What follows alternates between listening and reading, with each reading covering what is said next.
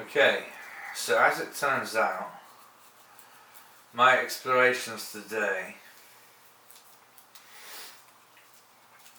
on ChatGPT have been fundamentally groundbreaking. I discovered when I asked a pertinent question, where do humans come on the scale of size from the biggest to the smallest? Where are we on the scale? ChatGPT, which knows this sort of stuff intimately thanks to years of research by scientists and humans working in tandem and intelligence to gather information about truth, measured, gauged, practically realized and analyzed. And I realized there were pretty much square bash in the middle of all lengths, right? Which did make sense, which is the reason I asked ChatGPT, because my theory was we were. My theory was, from the biggest to the smallest, humans are pretty much mid-range.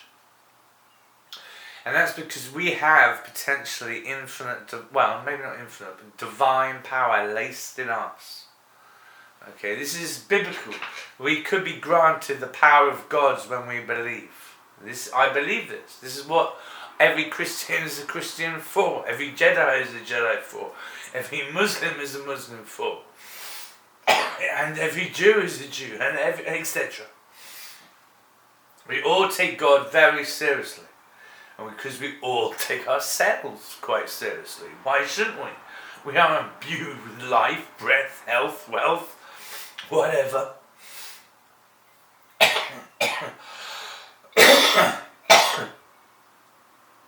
Not always wealth in my case. Or health. However, we are mid-range of the scope of all sizes.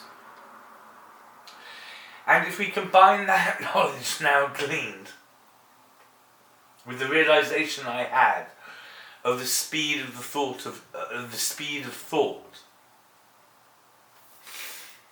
I had a very interesting realization. What if the heart, in a polarized field of reality, in a solipsis-laden multiplayer domain,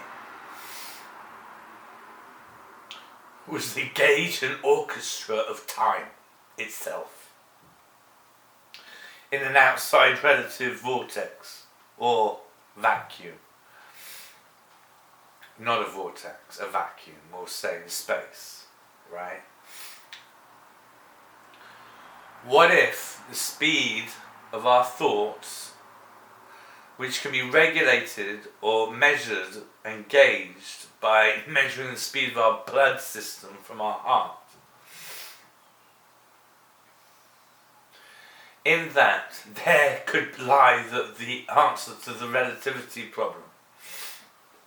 Because it's not an absolute expanding field one way or the other. There are variable relatives to a measurable degree. What I mean by that is that if the heart isn't beating, you're dead. You don't know time, you know nothing, as far as we know, right? There's no time there, okay? All we know of time is the beating of the heart. As we are the micro and the macro middle ground, imbued, as it says in the Bible, with powers of love, joy, peace, divinity, wonder, and miracles, should we believe and have faith, then couldn't reality be generated with our hearts at the pinpoint of time dilation? Do you see what I mean? In a multifarious field working polarized around the world in a network of sentience, under God, the sentient atmosphere. Now, if my theory is right, we should be able to gauge where this relative speed differential occurs. And what speeds? We can do this by measuring the speed of cellular process through our capillaries in the blood vessels. Using the equation speed equals distance over time, we can measure a number of control volunteers when they're adrenalized, when they're relaxed, and when they're normal. Knowing the values of all these different numbers and variables, we can then work out exactly what kind of visible numerics we're dealing with in understanding space-time relativity, if it emanates ostensibly from the kernel of the human heart, bestowed to us under God the Almighty Jah.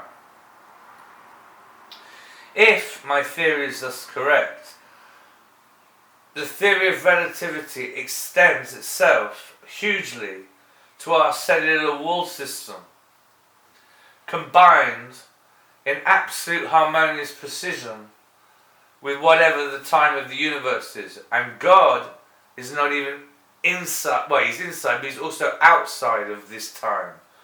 So God doesn't come into this equation. We do. As humans with a blessed heart, we come into the equation of time itself. Do you see what I'm trying to illustrate here when you believe?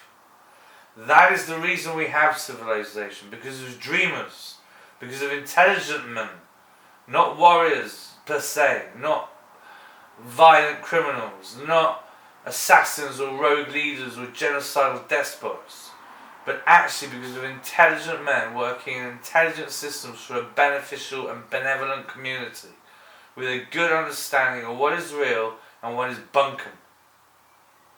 And we know scientifically the gauging system to the Planck length level of all the micro and the macro, as far as we can go at levels most of you don't even realise. And that, to find yourselves in the middle of scope, that is the Goldilocks effect. And therefore, if the speed we are aware of in perception is based within our heart, which is causing the cellular flow to rummage through our brains, which gives us the speed of intellect, then, my friends, it's arguable to realise we have realised everything. And if you can control yourself, you can control time.